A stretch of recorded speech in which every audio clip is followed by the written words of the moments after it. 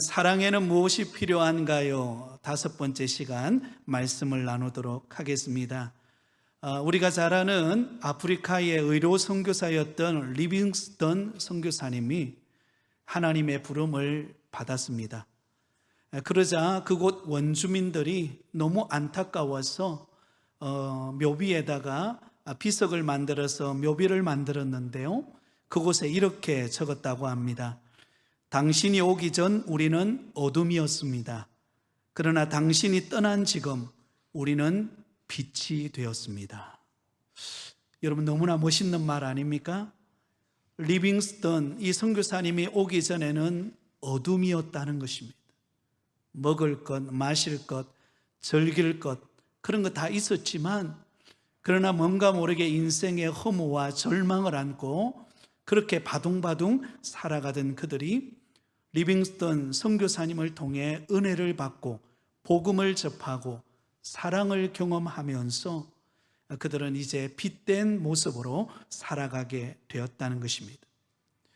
그래서 이 리빙스턴 선교사님이 하나님의 부름을 받고 3년이 지난 다음에 미국의 어느 목사님이 그곳을 방문하게 되었습니다. 그 사역지를 방문했을 때 원주민들에게 이 리빙스턴이라는 선교사님이 과연 어떤 영향을 미쳤는가, 그 질문을 던졌습니다.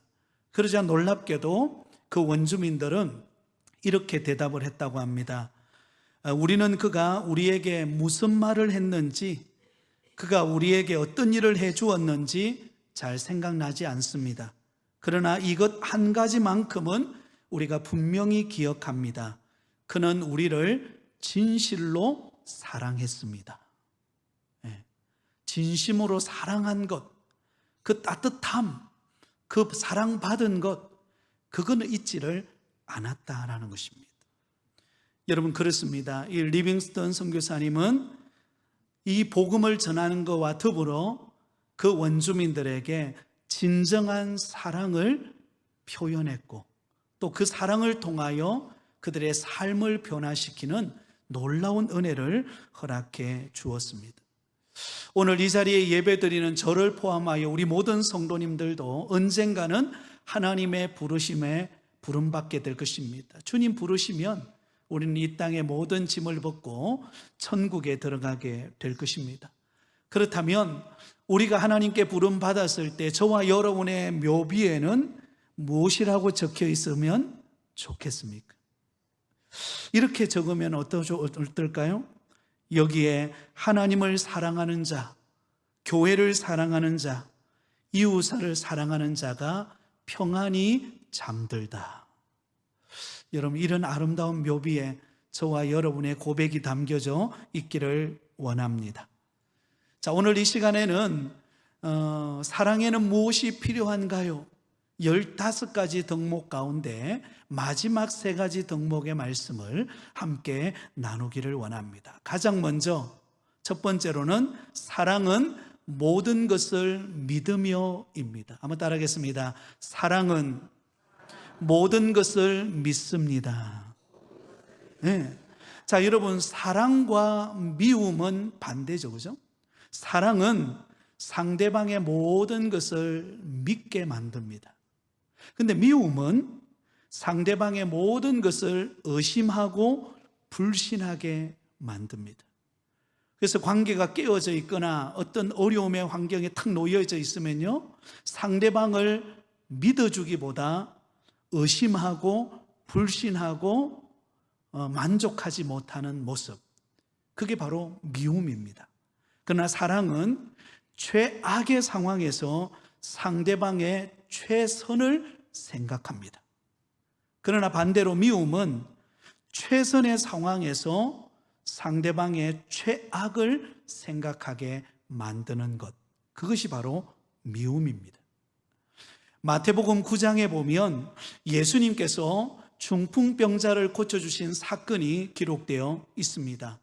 어느 날 4명의 친구가 한 중풍병자를 들쳐매고 예수님에게로 옵니다. 그런데 예수님께서 집 안에 계셨는데요, 얼마나 많은 사람들이 예수님을 보기 위해 몰려들었는지 집 가까이에 왔지만 도저히 예수님께로 다가갈 수가 없었습니다. 그래서 어떻게 하죠? 이 4명의 친구가 들쳐업고는 옥상으로 올라갑니다. 그리고는 지붕을 뜯어서 그 들끝에 달아내립니다. 그리고는 예수님을 만나게 됩니다.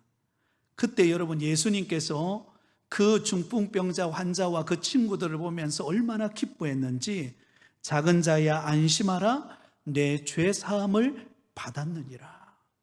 여러분, 먼저 병을 고치기 전에 그의 영혼에 고통을 주는 죄 문제를 해결해 주시는 것을 볼 수가 있습니다. 그리고 난 다음에 그 중풍병자를 향하여서 일어나 내 침상을 가지고 집으로 가라. 여러분, 중풍병에서 고침받은 그 영혼이 얼마나 기뻤겠습니까?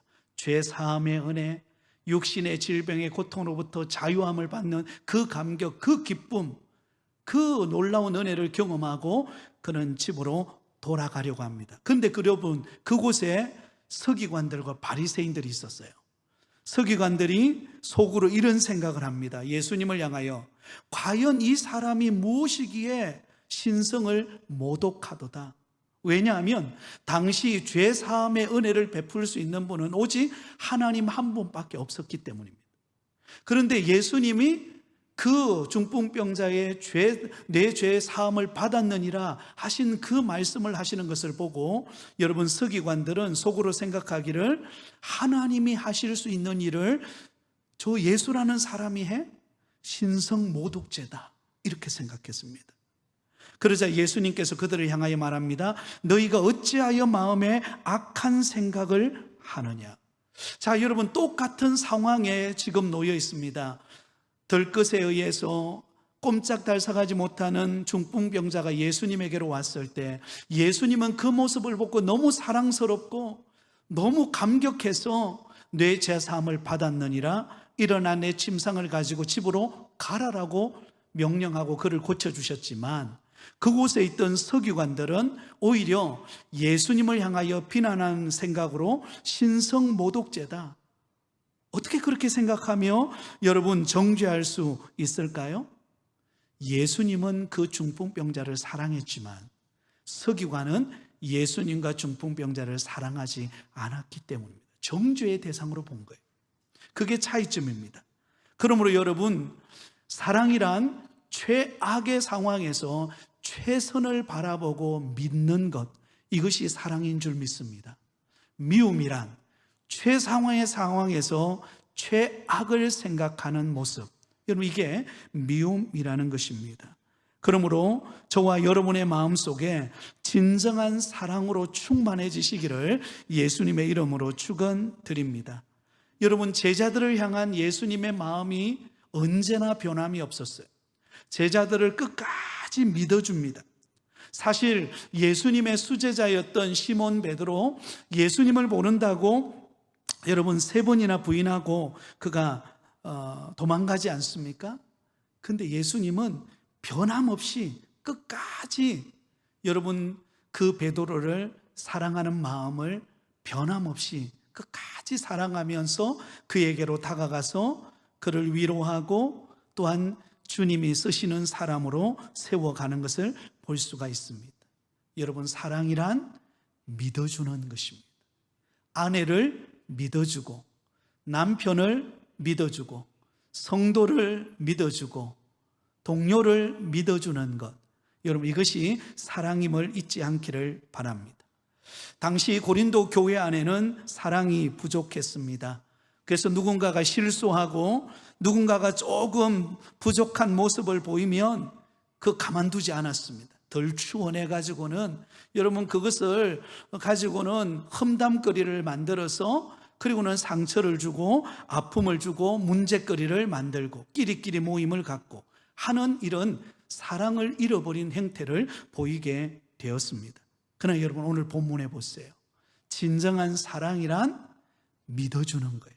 실수했음에도 불구하고, 부족함에도 불구하고 믿어주고 기다려주고 또한 기도해주고 격려할 때 하나님께서 때가 되어 하나님께서 열매 맺게 하시는 은혜가 있는 줄 믿습니다. 이게 바로 사랑이라는 것입니다. 두 번째로, 사랑은 모든 것을 바라며입니다. 모든 것을 바라며. 한번 따라하겠습니다. 사랑은 모든 것을 바라며입니다. 예, 모든 것을 바란다라는 말은 소망을 가진다라는 뜻입니다. 소망을 가진다. 여러분, 어떤 사람이 계속해서 반복해서 실수할 때, 반복해서 잘못된 행동을 보일 때 사실 신뢰감을 갖고 그 사람에 대한 소망과 기대를 갖는다는 것, 이거 쉽지가 않습니다. 그럼에도 불구하고 사랑은 그 사람을 향한 소망, 기대를 끝까지 버리지 않는 것입니다. 예수님께서 요한복음 17장 6절에 보면 제자들을 가리켜서 이렇게 말했습니다. 그들은 아버지의 것이었는데 내게 주셨다라고 그렇게 표현하고 있습니다.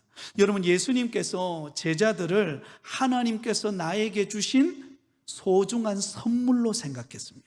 소중한 선물로.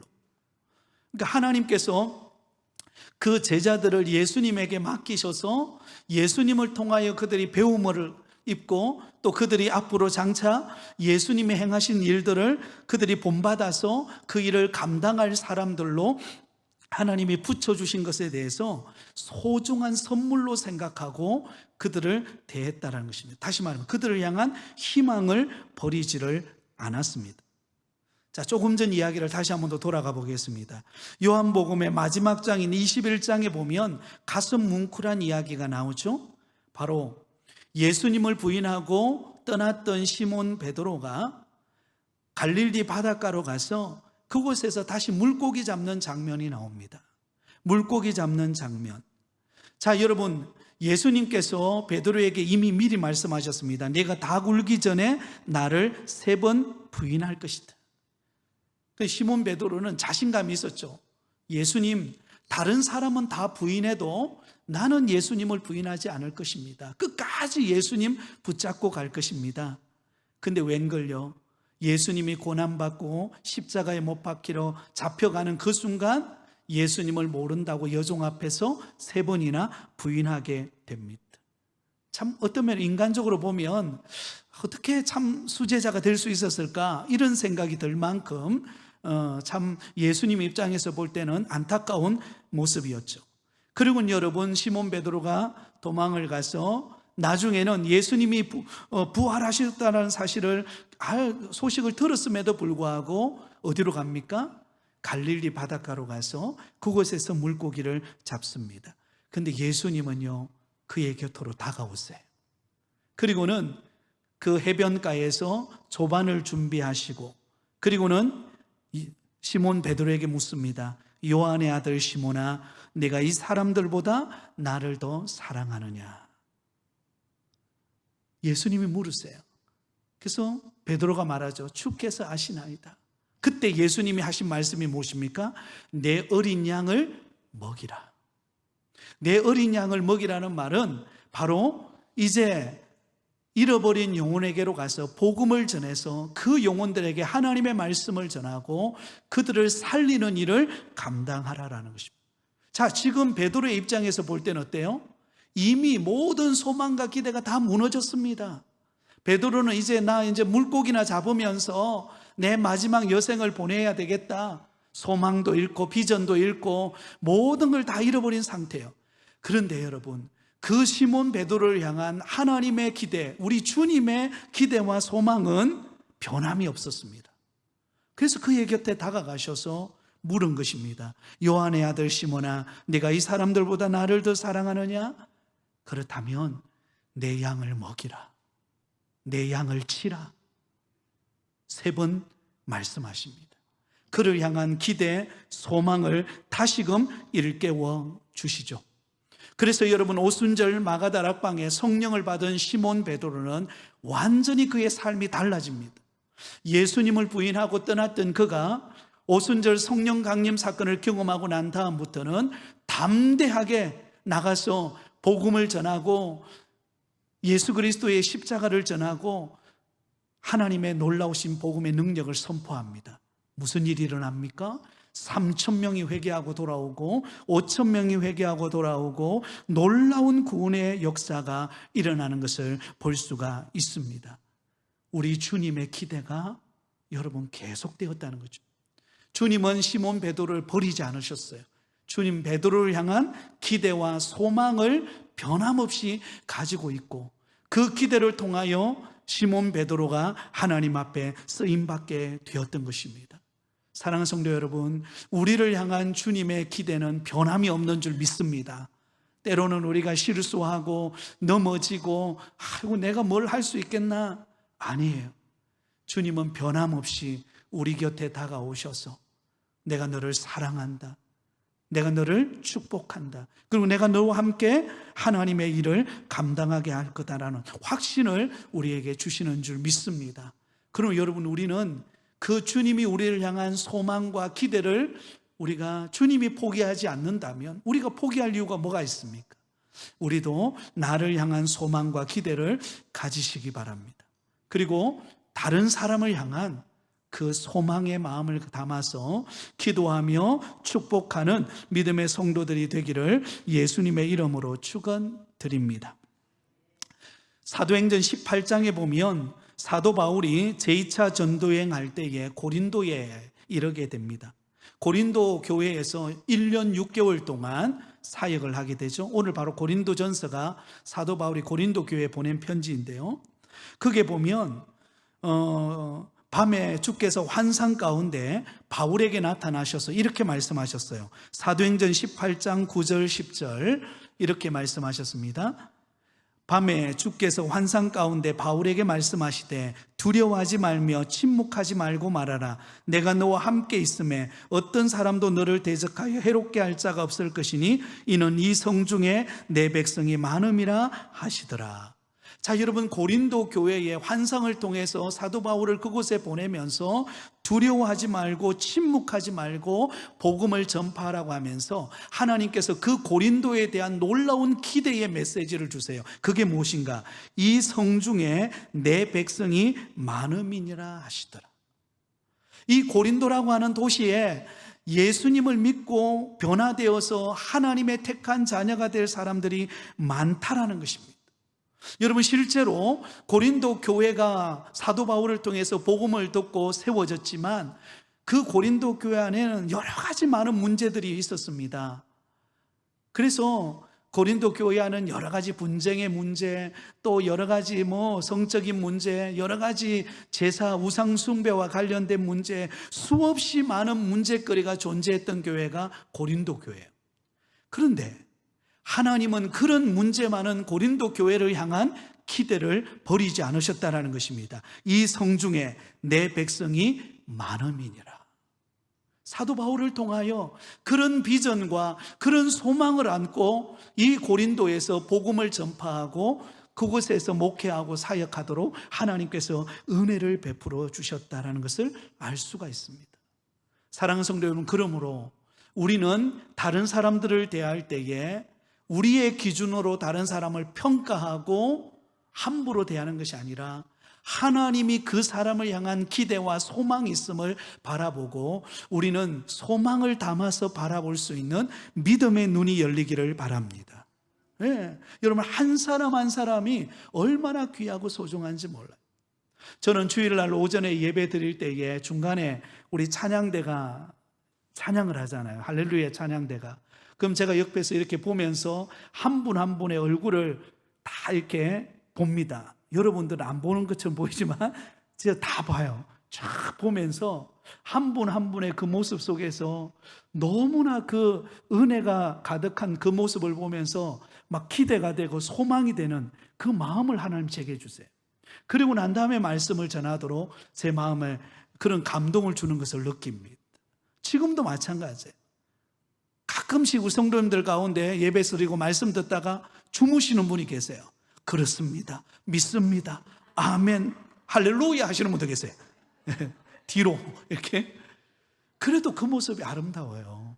그 모습이 사랑스럽습니다. 아멘? 안 그런가 보죠. 아멘 소리가 지금.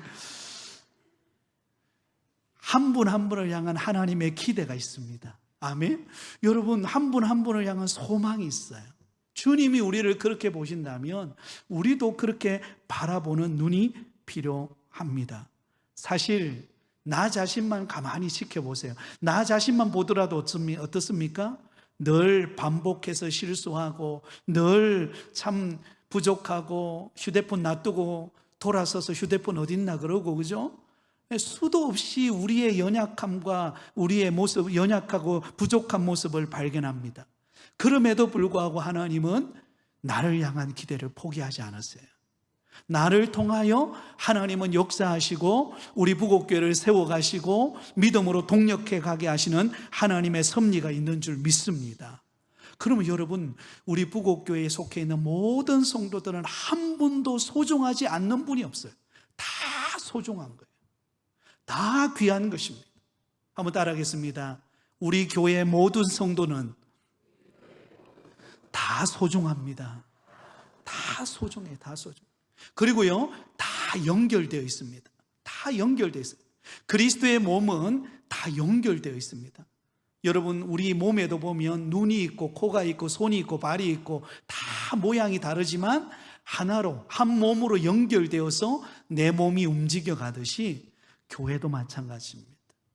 그러므로 우리는 서로를 바라볼 때에 소망의 눈빛을 가지고 바라보시기를 바랍니다. 만날 때마다 빵긋 웃으시면서 집사님, 권사님이 기대가 되십니다. 하나님이 역사하실 줄 믿습니다. 여러분, 이런 눈으로 바라보시기 바랍니다. 여러분, 그럴 때에 하나님께서 우리 교회에 만나는 사람 한 사람 한 사람이 더 소중하게 여겨지고 더 은혜로운 교회로 세워져 갈 줄 믿습니다. 아까 어느 장로님이 그런 이야기를 하더라고요. 식사하면서 하나 되지 않는 교회들은 집 혼자 세우는 것도 쉽지 않다 그래. 근데 우리 교회는 은혜로우니까 또 세워질 사람이 세워지고 또 다음에 세워질 사람이 또 다음에 세워질 것이고, 그렇기 때문에 여러분, 우리는 뭐 두려워할 필요도 없고, 여러분, 하나님을 기대하고 나가면 하나님의 역사하심이 나타날 줄 믿습니다. 여러분, 서로를 바라보시면서 소망을 품고 바라보는 여러분 되기를 예수님의 이름으로 축원드립니다. 마지막 세 번째는 사랑은 모든 것을 견딥니다. 한번 따라하겠습니다. 사랑은 모든 것을 견딥니다. 7절 마지막 절에 이렇게 말하죠. 모든 것을 견디느니라. 사랑은 고난도 위기도 견뎌냅니다. 견뎌냅니다. 사도행전 7장에 보면 스데반 집사님이 공의회 앞에서 신문을 받는 장면이 나오죠.